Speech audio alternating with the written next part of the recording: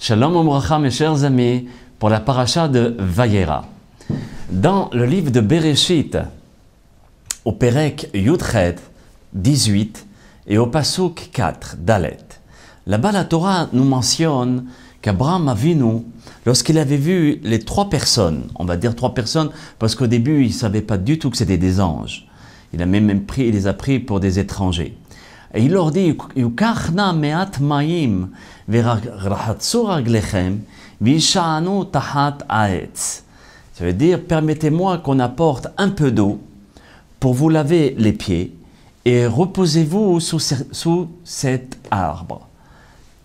Le rabbi Yosef Chaim, dans le Yosef Chai, dans les Drashot, là-bas il pose la question. Il dit, mais pourquoi c'est marqué « Yukach me'at mayim » ? Prenez un tout petit peu d'eau. Est-ce qu'il manquait de l'eau? Il pouvait prendre de l'eau dans un puits et l'apporter.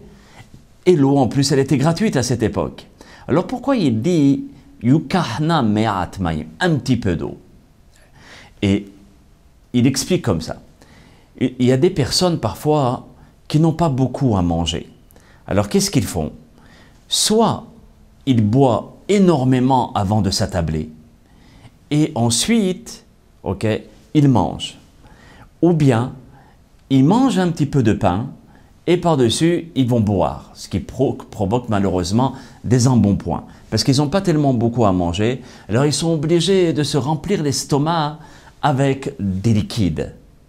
Abraham Avinu alav shalom a reçu avec sagesse tous les invités. Comment il dit? Prenez un peu d'eau, aussi pour se laver les pieds, mais aussi pour boire, afin que vous puissiez vous désaltérer, mais pas vous remplir l'estomac avec. Et aussi, afin de laisser de la place au plat principal et vous donner des forces, parce que ce plat principal, c'est ça qui va vous donner vraiment les forces, c'est pas l'eau seulement. Ensuite, Abraham Avinu, il a réfléchi, il s'est dit, lorsqu'une personne marche, et surtout dans le désert, la marche fatigue énormément et ça gonfle les pieds. Alors qu'est-ce que Abraham leur dit? Lavez-vous les pieds. Et on sait très bien que lorsqu'on se rince les pieds, lorsqu'on trempe les pieds dans l'eau, automatiquement ça enlève la moitié de la fatigue.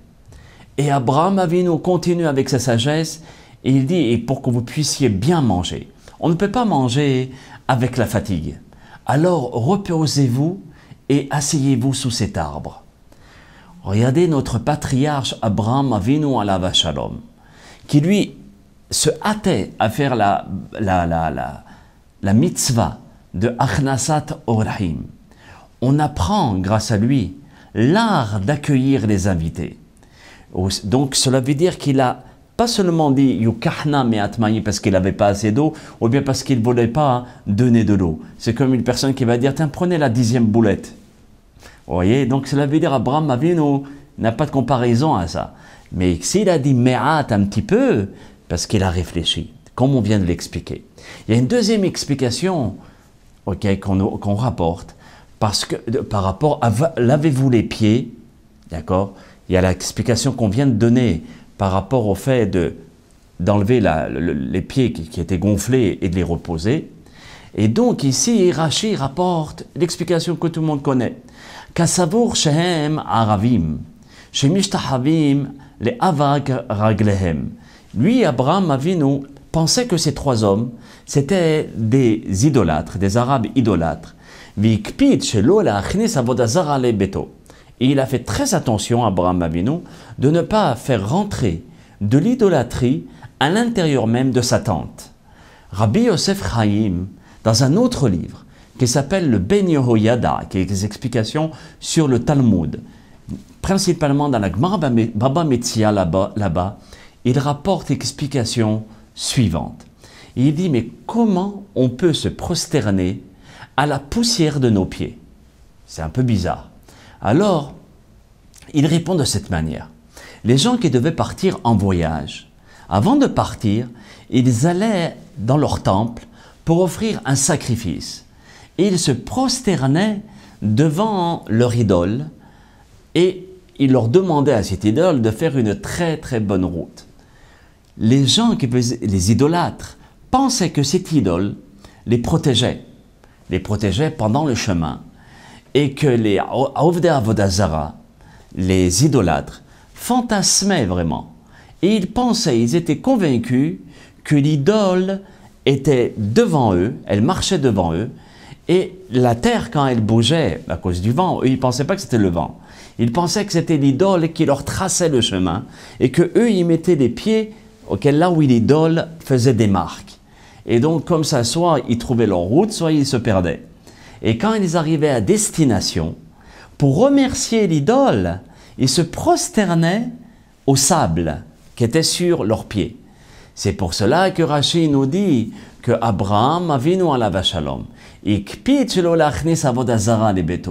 leur a lavé les pieds parce qu'il faisait très attention à ce que les idolâtres ne rentrent pas de la poussière idolâtrie, voyez, à l'intérieur de sa tente. De là, on voit un homme comme Abraham Avinu, qui lui ne faisait pas le reproche, mais avec sagesse. Lavez-vous les pieds. Qui n'aime pas se laver les pieds après un voyage? Tout le monde. Mais l'intention d'Abraham Avinu était double, même triple, il y a d'autres explications même.